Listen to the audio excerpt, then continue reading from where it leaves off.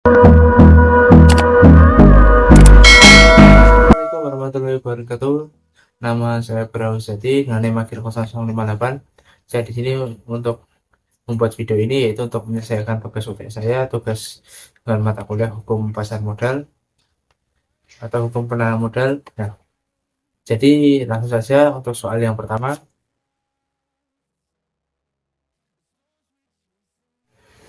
Untuk soal yang pertama yaitu jelaskan bagaimana peranan hukum itu terhadap penanaman modal. Nah, jadi gini, hukum itu sangat penting dalam penanaman modal. Ya, karena hukum itu ibaratkan itu sebuah bodyguard yang melindungi para pihaknya, dan hukum itu memiliki aturan yang jelas. Ya, jadi para para investor-investor itu juga tidak akan takut lagi, atau akan tidak takut lah untuk penanaman modal atau untuk berinvestasi di Indonesia. Nah, jadi contohnya yaitu kayak hukum itu ngasih kepastian ke para investor. Nah, yang kedua yaitu kayak menjamin hak-hak investor sama pengusaha lokal. Yang ketiga yaitu melindungi aset investor juga, dan keempat yaitu prosedur dan izin yang sangat atau yang jelas. Untuk sekarang soal nomor 2, yang dimana soalnya yaitu sebut dan jelaskan bidang-bidang usaha yang tertutup dan terbuka dan bagi PMA berdasarkan Undang-Undang Penanaman Modal. Nah, untuk Undang-Undang Penanaman Modal itu sendiri itu ada di Undang-Undang 25 tahun 2007, dan untuk pengertian bidang usaha tertutup. Nah, untuk bidang usaha tertutup ini merupakan bidang usaha yang hanya bisa diakses atau bisa dikelola pemerintah. Jadi para investor asing itu tidak bisa masuk ke situ, ya, karena itu hanya bisa dikelola oleh pemerintah. Dan contohnya kayak industri senjata. Yang kedua yaitu penangkapan ikan yang sedang dilindungi atau yang sedang di dalam penangkaran. Yang ketiga yaitu kasino. Nah, untuk ya contoh tadi itu tertera di pasal 12 ayat 2 dan Undang-Undang Nomor 25 tahun 2007. Nah, untuk bidang usaha tertutup, untuk bidang usaha yang terbuka, itu merupakan bidang usaha yang dilakukan tanpa adanya syarat dalam rangka penanaman modal. Nah, dari kedua pengertian bidang usaha tertutup dan terbuka, itu diibaratkan seperti lampu lalu lintas, yang dimana merah itu artinya yaitu bidang usaha tertutup, artinya tidak boleh dimasuki oleh para investor, dan yang kuning itu kayak boleh di, boleh dimasuki investor tapi ada syaratnya. Yang ketiga yaitu hijau, yang dimana itu bebas tanpa syarat. Dah. Dan selanjutnya untuk soal nomor 3. Nah, untuk soal nomor 3 itu sudah jelaskan bagaimana tujuan kebijakan dalam penanaman modal berdasarkan Undang-Undang 25 tahun 2007. Nah, yang dimana tujuannya yaitu dengan adanya penanaman modal pasti pasti itu meningkatkan ekonomi di suatu negara tersebut. Nah, yang kedua yaitu untuk menciptakan lapangan pekerjaan. Yang ketiga yaitu mengurangi resiko pengangguran. Jelas, karena dengan adanya orang berinvestasi di Indonesia itu menciptakan lapangan pekerjaan dan juga mengurangi pengangguran, angka pengangguran ya, di Indonesia itu sendiri. Nah, untuk yang tujuannya yang keempat yaitu mesejahterakan rakyat atau mesejahterakan masyarakat. Nah, selanjutnya yaitu tentang kebijakan, ya, dimana kebijakan itu kayak ngasih ngasih perlakuan yang sama antara investor asing dan investor investor lokal. Nah, yang kedua itu ngasih kepastian hukum.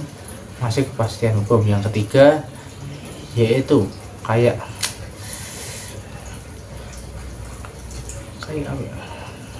Kayak nyediain fasilitas yang memadai atau fasilitas yang lebih efisien. Selanjutnya itu soal nomor 4, yang dimana soalnya itu berikan penjelasan mengenai repatriasi dalam penanaman modal. Nah, jadi gini, repatriasi itu di penanaman modal itu sendiri itu kayak sebuah transfer balik uang hasil investasi ke negara asal investor. Nah, jadi gini, atau cara kampanye itu, misalnya ada investor asing menanam modal atau nanam modal di Indonesia. Nah, mereka itu bisa bawa pulang ke sebuah keuntungan, itu yang pertama. Nah, yang kedua yaitu transfer dividen. Nah, yang ketiga itu apa ya? Ketiga itu tarik modalnya balik. Itu. Dan untuk selanjutnya itu soal nomor 5. Selanjutnya itu soal nomor 5, yang dimana soalnya yaitu berikan penjelasan mengenai kawasan ekonomi khusus dan regulasinya yang mengaturnya.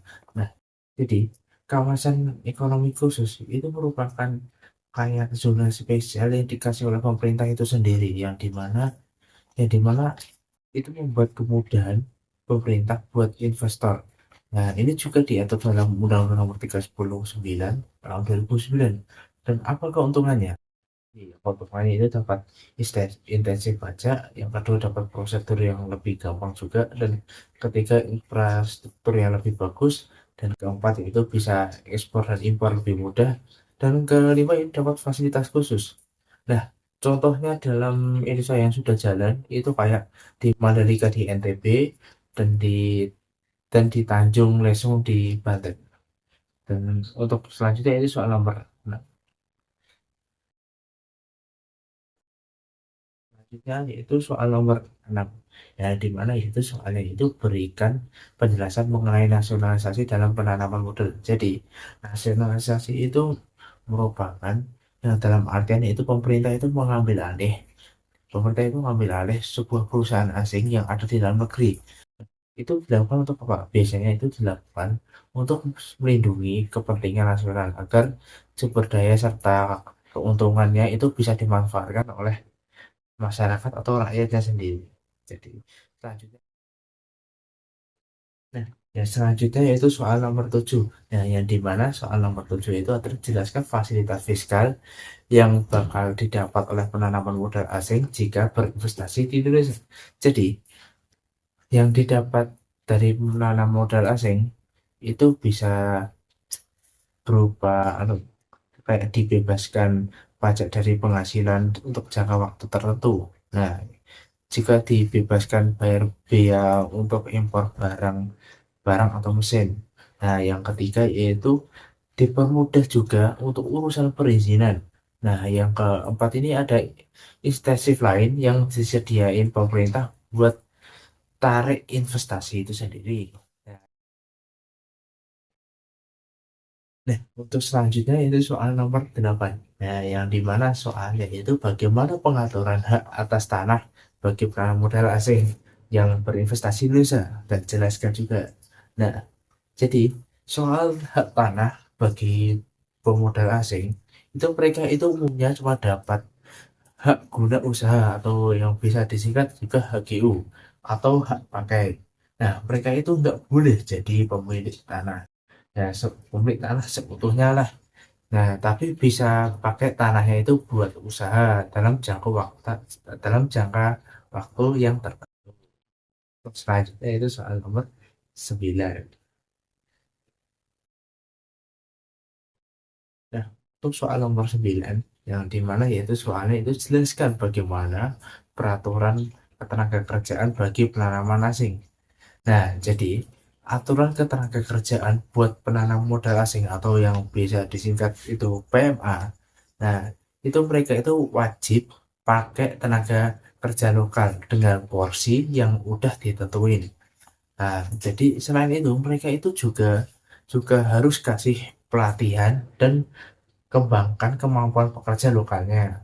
Dan itulah jawaban. Dan selanjutnya itu soal terakhir, soal.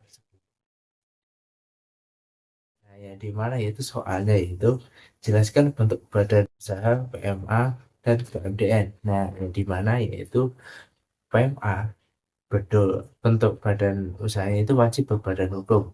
Nah, kayak contohnya itu kayak personal terbatas atau yang bisa disingkat itu PT. Nah, ini yang paling umum dipakai oleh investor asing. Nah, yang kedua yaitu modalnya itu 100% atau campuran asing sama dalam negeri. Itu di PT. Nah, baik, yang kedua yaitu usaha atau patungan atau biasa dikenal itu joint venture. Nah, ini merupakan kerjasama orang asing sama orang yang dalam negeri itu sendiri. Nah, soal kepemilikan, nah kepemilikan sahamnya itu dibagi sesuai dengan nah, yang kedua yaitu buat badan usaha PMDN. Nah, itu bisa persoalan terbatas juga. Nah, itu modalnya 100% itu dalam negeri. Nah, yang kedua yaitu usaha perseorangan. Nah, itu dimiliki dan dijalani sendiri sama satu orang pengusaha dalam negeri. Nah, yang ketiga itu ada persekutuan perdata, ya di mana itu merupakan kerjasama antara dua orang yang atau lebih untuk menjalani usaha. Nah, ini diatur dalam Kitab Undang-Undang Hukum Perdata juga. Nah, sekian video kali ini saya Beo Seti mengucapkan terima kasih dan jangan lupa tekan tombol subscribe-nya dan selamat malam.